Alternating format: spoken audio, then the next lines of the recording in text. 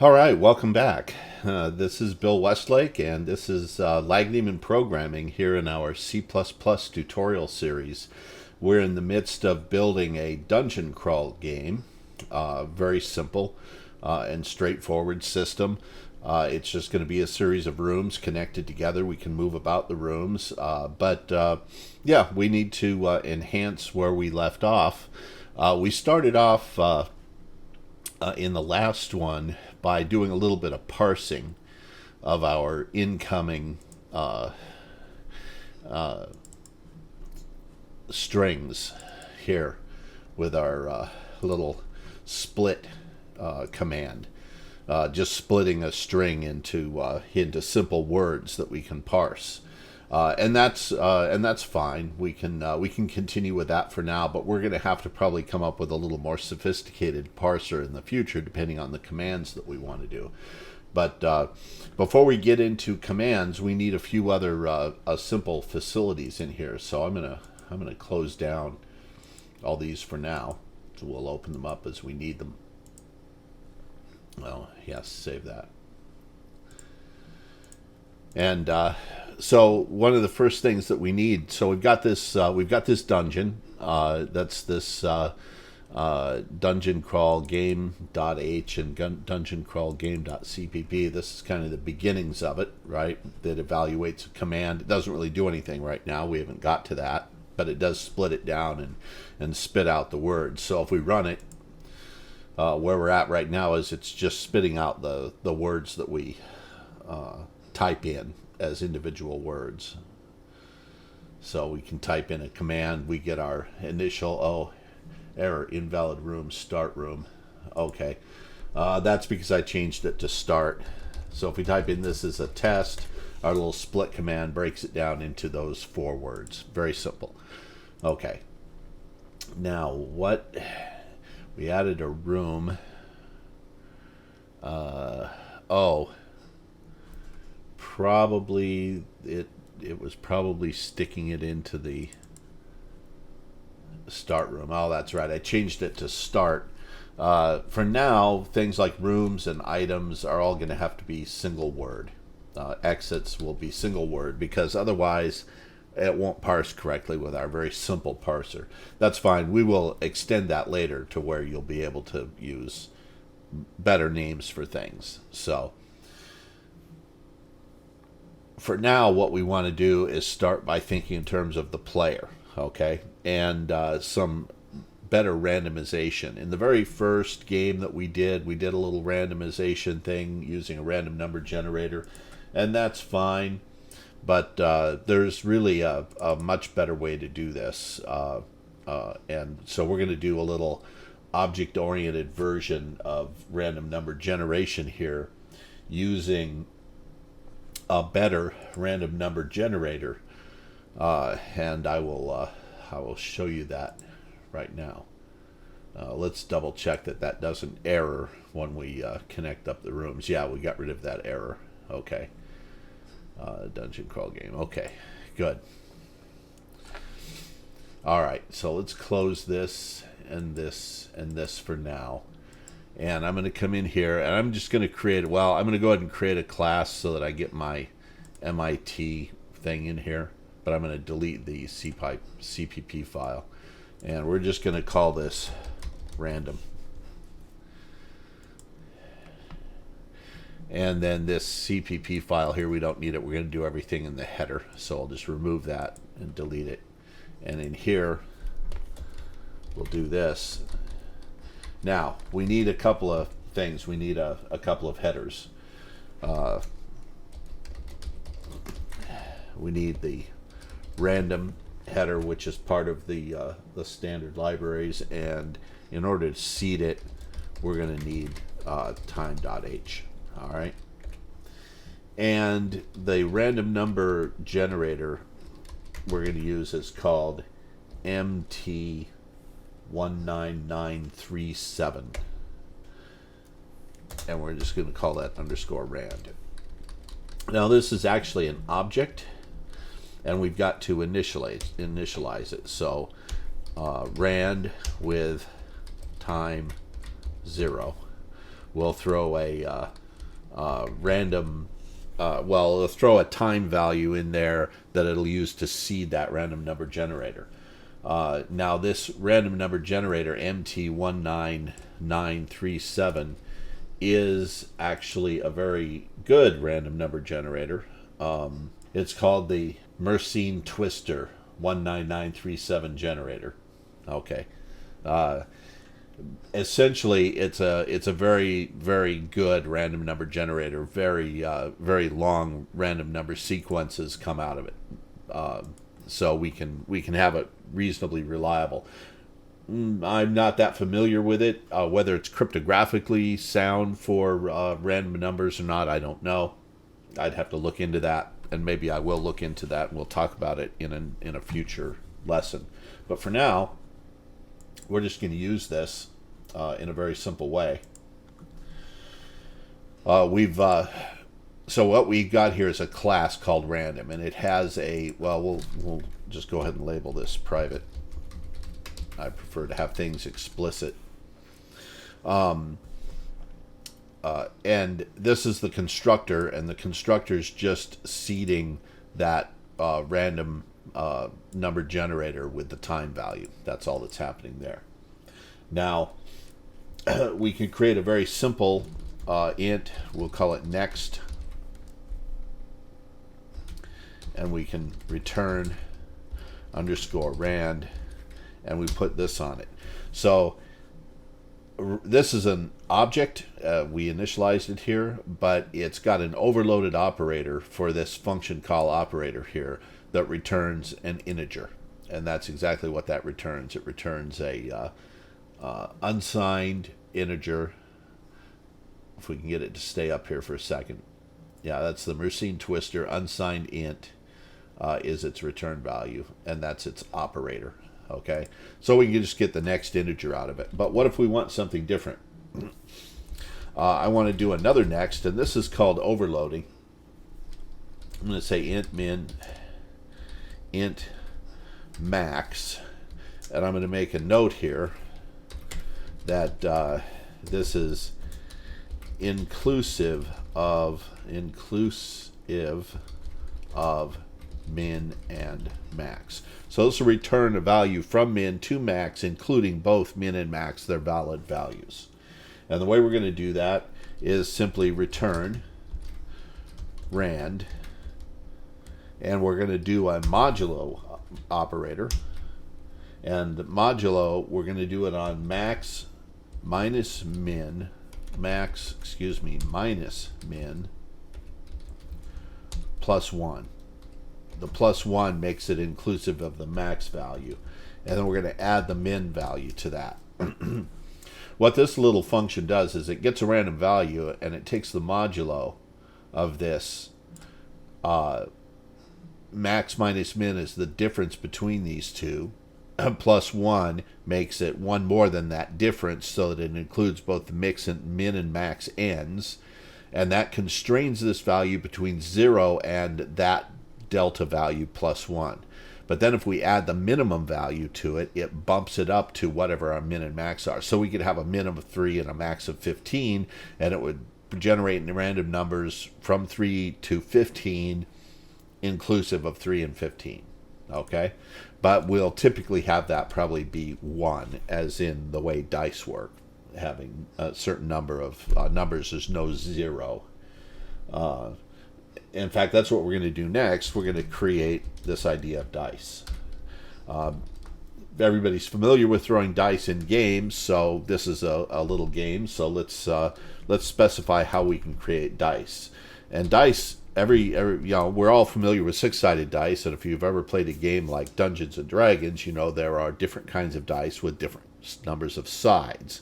So this specifies how many sides they have, and this is how many dice we want to roll. And there's no mixing of sizes in this particular algorithm. We could do that. It would require a little more effort. But right now it's just a certain number of dice of a certain number of sides. And of course a common one is 6. And So let's create a return result equal to 0. So this is a local variable of type int. It's a result that's going to equal 0. And we'll do a loop for int I equals 0. I is less than number, so we're going to go through that many of however many sides there are, counting from 0 to 1 less than number. And then I plus plus. So this for loop allows us to loop that number of times the number here. And what we want to do is say result plus equals next, and the minimum is 1 and the maximum is sides. And then we will return result. So let's go to our main program here, Dungeon Crawl. And let's take all this and comment it out for now. And I'm going to come up here and go include random.h. And we'll do a simple for loop. We'll go for int I equals 0. I is less than, 100. I plus plus. And we'll go from I, we're sending I to the standard out, and we'll put some comma and a space in here, and then we'll do something like, let's put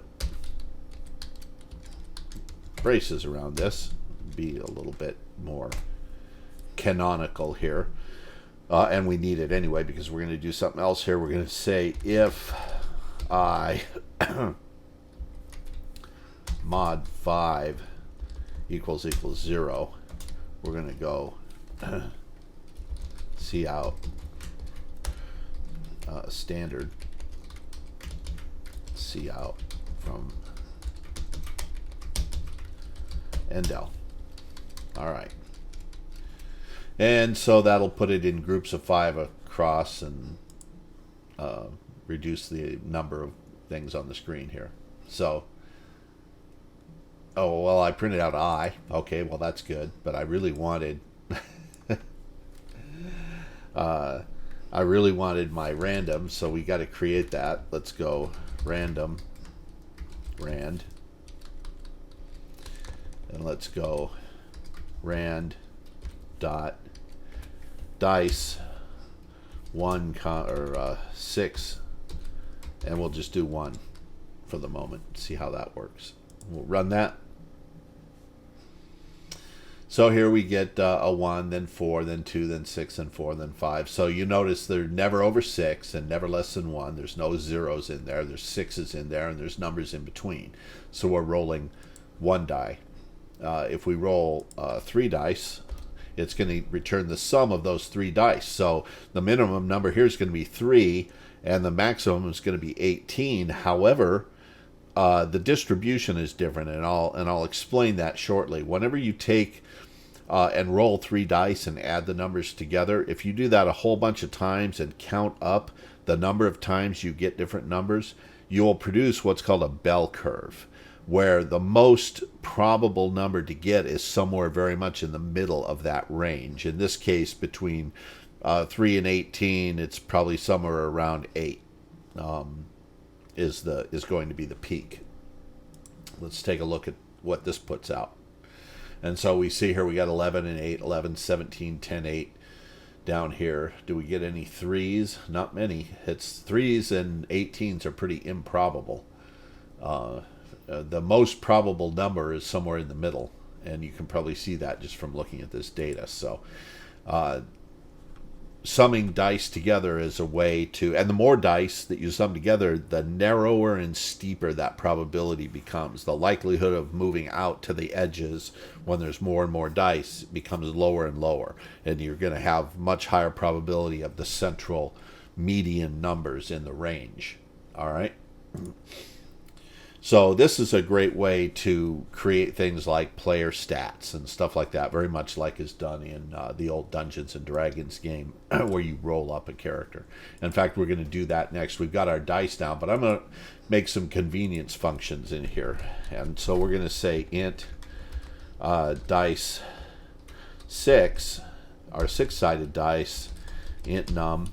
And this is a really easy one because all we're going to do is call dice 1 or dice 6 num, and we're going to return that. So these are just some convenience numbers here. We can do int dice 8. These are 8-sided dice, and int num, how many we want, and we can just return dice 8 comma num. So if we want to roll 6-sided dice, we can just call dice 6 and pass it the number. So we can go back to here and double check that. We'll just change this to dice 6 and make it 3. And there, it's the same kind of pattern. Okay. All right. So now we've got a random number generator. That's good. So we don't need. We can take. Well, we'll leave this. We can take this out. We'll leave this commented out for now because we don't want to run the game. We're going to test some things. All right. So the next thing that we're going to need is to have a player. So let's add a new item. MIT class.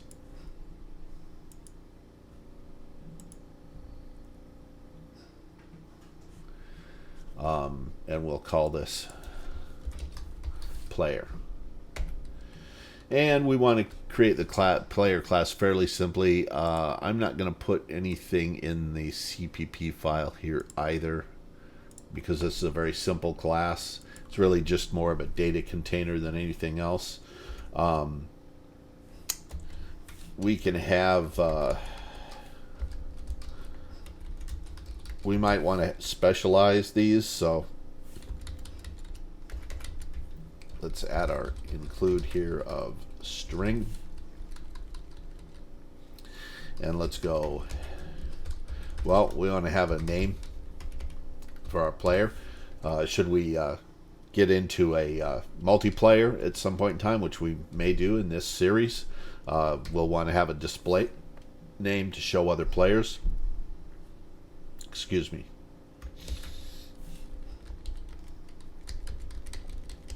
Let's make that underscore name. So we'll initialize the player with its name.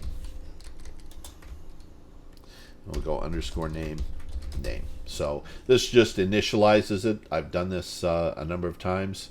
It initializes this value here to what's passed in here.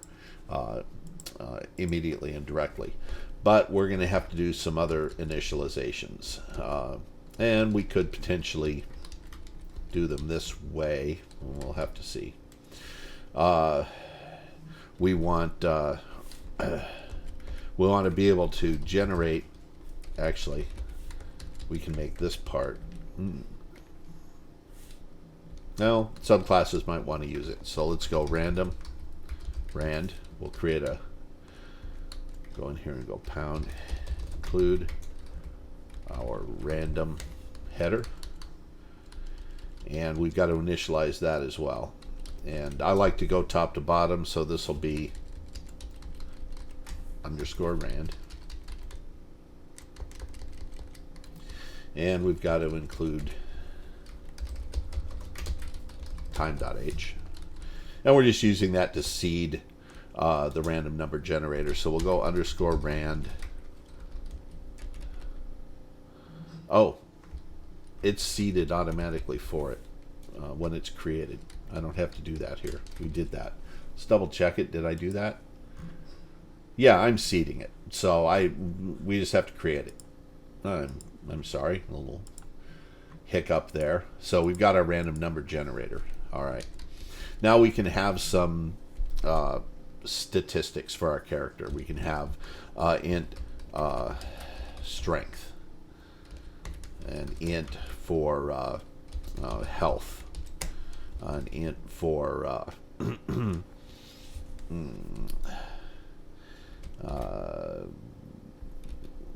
Strength and health and I don't know.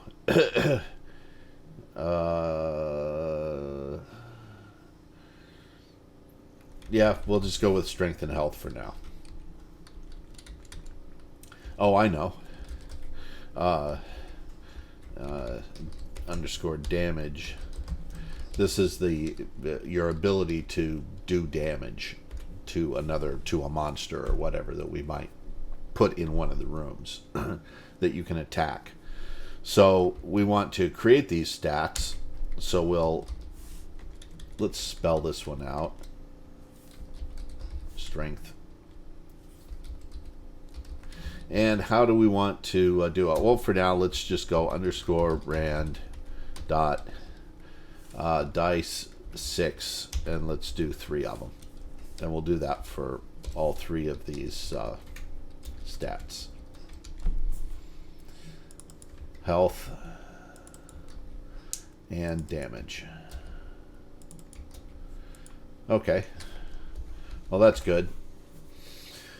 So those are set up. Now we want to be able to print out about ourselves. So what I'm going to do to accomplish that is a little thing called operator overloading. All right. To do that, we're going to bring in include OStream, because the only thing we care about is the output stream, so we don't need IOStream. We're just going to bring in a part of it. And what we want to do is this. We want to go standard. I'll type it out and then I'll explain what it is.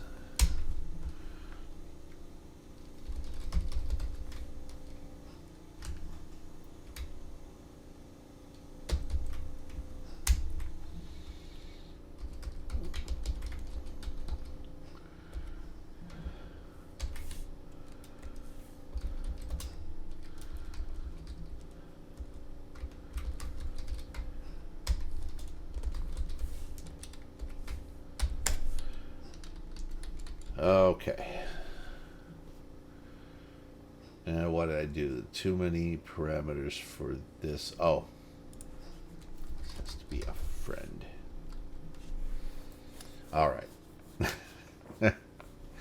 So I know these can look a little bit strange. So all this is saying is this operator function, this is an overloaded operator, and the operator is this double left arrow. Okay, that's the operator. We can put it like this if you're more comfortable with seeing it that way. It's just kind of standard to jam it all together. This is the operator we're overloading, but this isn't really part of this class. It's a friend of this class, which means that when it is called on a player, it gets this constant reference to a player, and it can access protected or even private stuff. And it needs to be able to do that, because what we're going to do now is take this output stream that it received, and we're going to say, we're going to start by saying OS from player, and we'll go underscore name. And that'll be the first line. Then we'll go OS, and let's just draw a line.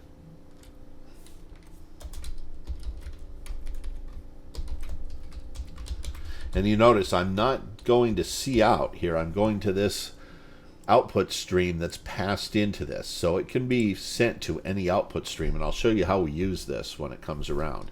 So now we'll go OS from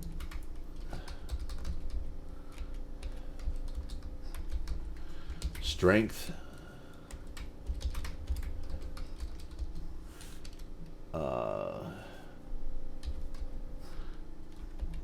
and I screwed up already. It says player dot name and player dot strength.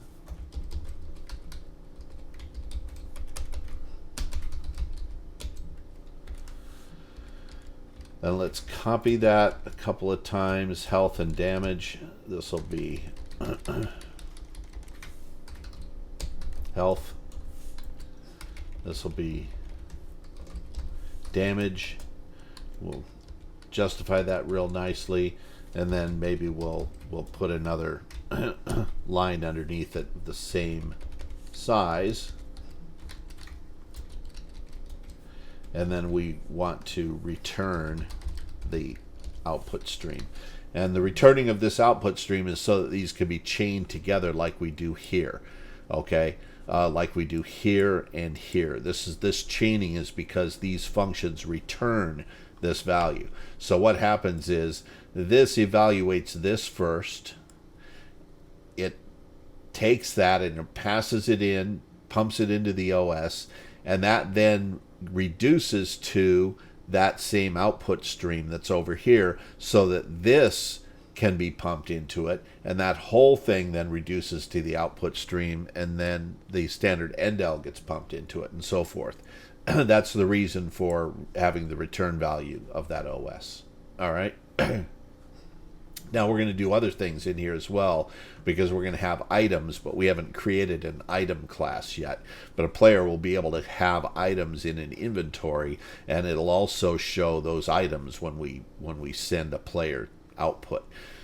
All right, let's go save that. Let's make sure it runs and compiles and everything. It does. It compiles, so everything's good there. We go back to Dungeon Crawl now, and let's just create a player.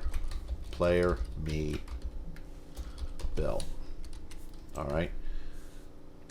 Player, me, Bill. Got to include it. Player.h. All right.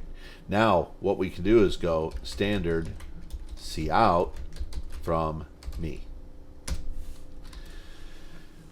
What this is saying is that now I'm using cout, which is that output stream for standard out, and I'm passing it, that operator, this object. And this object has an overloaded operator for this that knows how to put this into the output stream that's passed into it. Let's see what happens. There it is. It printed out player Bill, strength 3, health 3, damage 3. Why did they all come up 3? That's funny. Where it is?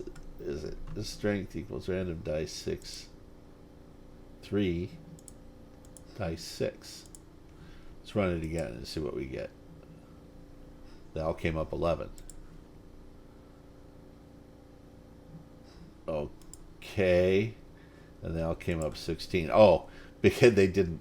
I forgot to change it down here. I'm just printing out the strength. Okay. Well, and this is why we test things, because we make these kinds of mistakes. So now they should be different numbers. There we go. 13, 14, 9. And every time I run it, I should have a different set of stats for my character. 13, 10, 8. So there we go. And let me check the time here. We're running about 28 minutes. So in the next video, what we'll do is we'll create an item. And an item is something that a room will be able to have items in it. And items, in some cases, will be able to have items in them. And the player certainly will be able to have items in that. And I'll let you think about that, why an item might contain items. And we'll be able to maneuver around and collect items. And we'll also, now that we've got a player class, we're also going to have like a non-player character class that can move around randomly in our dungeon and meet up with us at places and maybe do battle with us and stuff like that on a command line. That'll be interesting. So thanks for watching. I hope you enjoyed the video. If you liked it, hit that like button. If you really liked it, hit the subscribe button. And if you want to get notifications when I upload videos, hit that notify button. Thanks, and I will see you in the next video.